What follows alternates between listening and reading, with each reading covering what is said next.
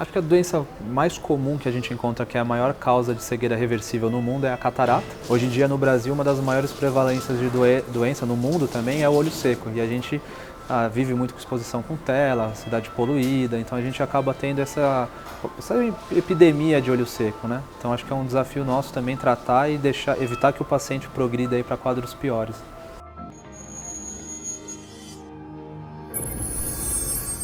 Existem vários tratamentos para você prevenir as diversas doenças, né? Então, assim, primeiro a qualidade de vida, você ter um hábito saudável, se alimentar bem, dormir bem, ter boas práticas de saúde, isso torna seu sistema imunológico, seu sistema de forma geral, muito mais efetivo para controlar qualquer coisa que possa dar de alteração, diabetes, hipertensão, quadros reumatológicos.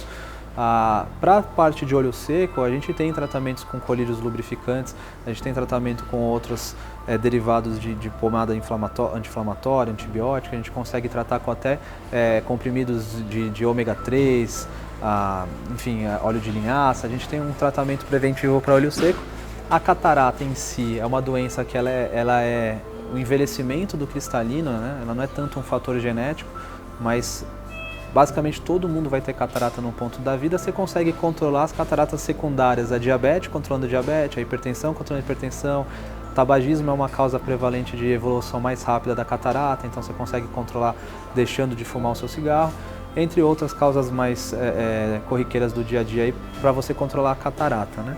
O grau de miopia, a gente sabe graus em geral, que a gente até os 7, 8 anos, o uso de tela ele é nocivo para você, ele pode aumentar sim o grau, se você não usar óculos ou se você usar muita tela. Depois disso é a anatomia do seu olho, então usar ou não óculos não vai te desenvolver grau, não vai melhorar a sua visão. Mas você consegue controlar a miopia tendo um bom exame, sempre dilatando no seu oftalmologista, evitando o uso de tela excessiva, coçar o olho também é importante evitar.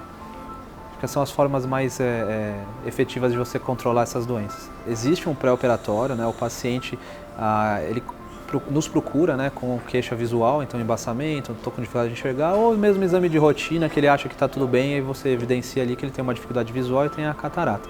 Nesse momento a gente faz alguns exames, então a gente avalia a parte anterior do olho dele, a gente consegue ver o olho seco, consegue ver o nível da catarata, a gente avalia a parte posterior para ver se tem alguma alteração na retina que ocasiona dificuldade visual, porque imagina que o olho é como uma televisão.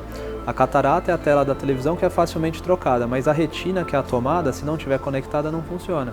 Então a gente avalia o fundo do olho, vê se tem alguma outra doença como diabetes, hipertensão, algumas alterações maculares, degenerativas, que podem piorar a visão dele, e às vezes você operar a catarata ou não vai dar um prognóstico visual de 100% de visão. Feito esses exames, eu normalmente peço uma avaliação cardiológica, peço exame de sangue. Apesar de ser uma sedação leve, como é feita endoscopia, colonoscopia, ainda assim é importante fazer esse pré-operatório com eletrocardiograma, essa liberação cardiológica, né, para o paciente ser bem operado, ser bem conduzido na hora da anestesia. Liberado da parte cardiológica, o paciente aí é só agendar a cirurgia, a gente faz um exame que chama biometria, que vai fazer o cálculo da lente intraocular dele. Essa lente intraocular é específica de cada paciente. Então, por que o paciente às vezes tem 8 graus de miopia? Porque o cristalino dele tem lá os seus 16, 15 graus. E aí o exame já me diz que eu tenho que colocar uma lente para corrigir exatamente isso. Então, quando eu coloco essa lente dentro do olho dele, eu já sei que eu vou corrigir os X graus que ele tenha de óculos. E aí a gente consegue aí deixar o paciente independente do grau. Feitos os exames todos, só operar o paciente, acompanhar o pós-operatório, que é muito tranquilo, né? O pós-operatório da cirurgia de catarata, normalmente passo 2 colírios para ele, anti-inflamatório com antibiótico e um anti-inflamatório para prevenção de doença na retina. E aí as recomendações, mais cuidado, evitar esforço físico, alimentação não limito nada, evitar coçar o olho, produto químico, principalmente na primeira semana. A oftalmologia ela é muito gratificante por causa dessa melhora visual.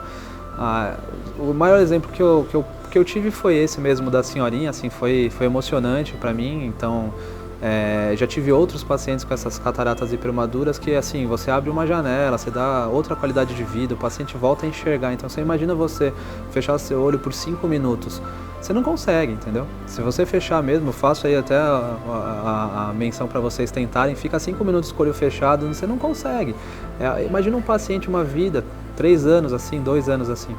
Então, para mim é muito gratificante. Um outro caso muito legal que eu tive, esse paciente, ele tinha 22 graus de miopia, paciente jovem, 32 anos. ele queria fazer uma cirurgia laser, então infelizmente não dá por causa dos exames dele.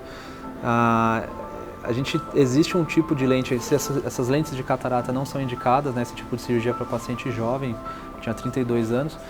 E existe um tipo de lente que a gente, é de alta miopia, chama artesã a lente, né? A gente coloca ele em cima, entre a íris e a córnea. Era um paciente que no primeiro momento ele era introvertido, um paciente que usava um óculos grande, né? Óculos, né? Aqueles famosos fundos de garrafa. E ele me procurou, tal. Eu falei, não, existe essa opção, fez os exames dele eram bons para isso. Eu operei ele, outra pessoa, brilho no olhar, ele chegou assim, doutor, obrigado. Estou namorando, arranjei um trabalho, estou conseguindo sair de casa. Então você via que ele tinha dificuldades ocasionadas pela automiopia, pelo grau, pelo uso de lente que ele não conseguia usar, que a gente conseguiu resolver, reverter, e hoje em dia a gente até criou uma amizade, a gente se fala, ele manda mensagem, e foi um dos casos assim que foi bem gratificante. Bruno é uma pessoa muito ativa, eu assim, tento me reinventar todo dia. O Bruno Mani, assim, se você conviver um pouco, você vai ver que eu sou uma pessoa muito alegre, eu tento brincar com os meus pacientes, eu tento brincar com os meus colegas.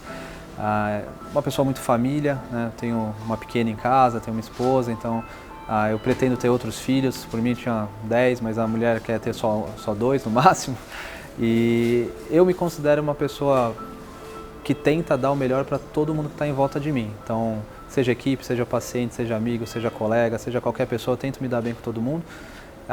E para mim, o que é mais gratificante é você entregar boa visão para os pacientes, é você ver que ele está sendo bem atendido.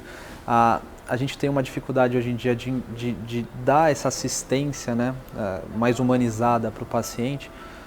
E eu tento dar isso para ele, por mais que consulte demore, a parte financeira às vezes você tem que adequar ali ao seu dia a dia, mas o Bruno Mani é um cara que assim está tentando tirar um pouco essa velocidade do nosso dia a dia, essa correria do dia a dia, para tentar dar um mais calmo, vamos com calma aqui, vamos analisar você direitinho, me conta da sua vida, enfim, deixar o dia mais leve para todo mundo.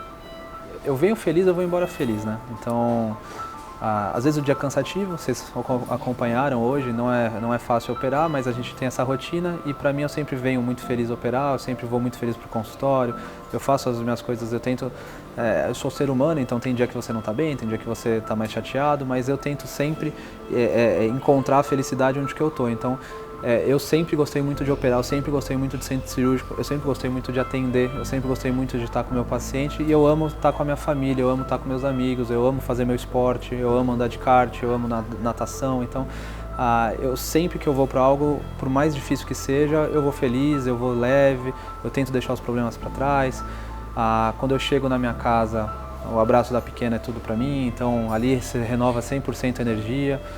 Então o Bruno Mani é um cara que está nessa batalha do dia a dia aí, mas está super feliz e está tentando levar essa felicidade para todo mundo que está junto com ele. Eu acho que eu tomei essa iniciativa de partir um pouco mais para a mídia social, para colocar minha cara e a minha voz aí para tentar entregar mais conteúdo para mais pessoas possível. Eu acho que a televisão, a internet, o celular, eles estão com um conteúdo muito fácil de você ter acesso. Isso tem um lado bom e tem um lado ruim.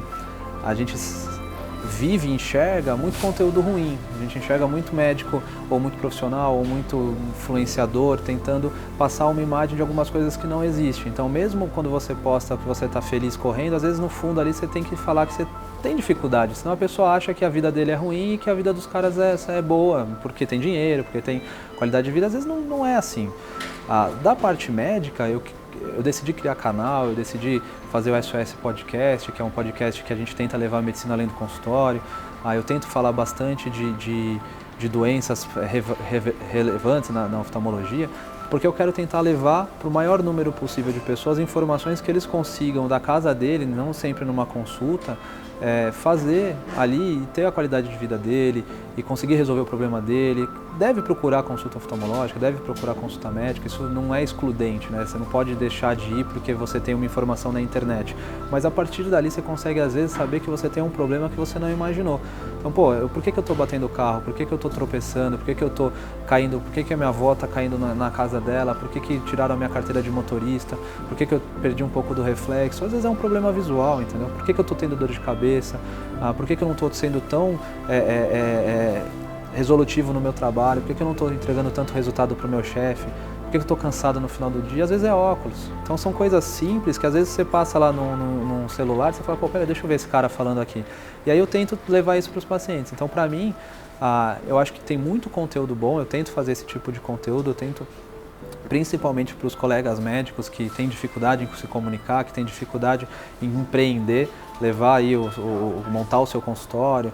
Eu acho que eu tento levar um pouco dessa ideia e eu espero que as pessoas tenham gostado aí do conteúdo, porque eu vou continuar fazendo aí, espero melhorar cada dia mais e levar mais informação legal e bacana e verídica, né? Que eles tenham um resultado bom aí na vida deles.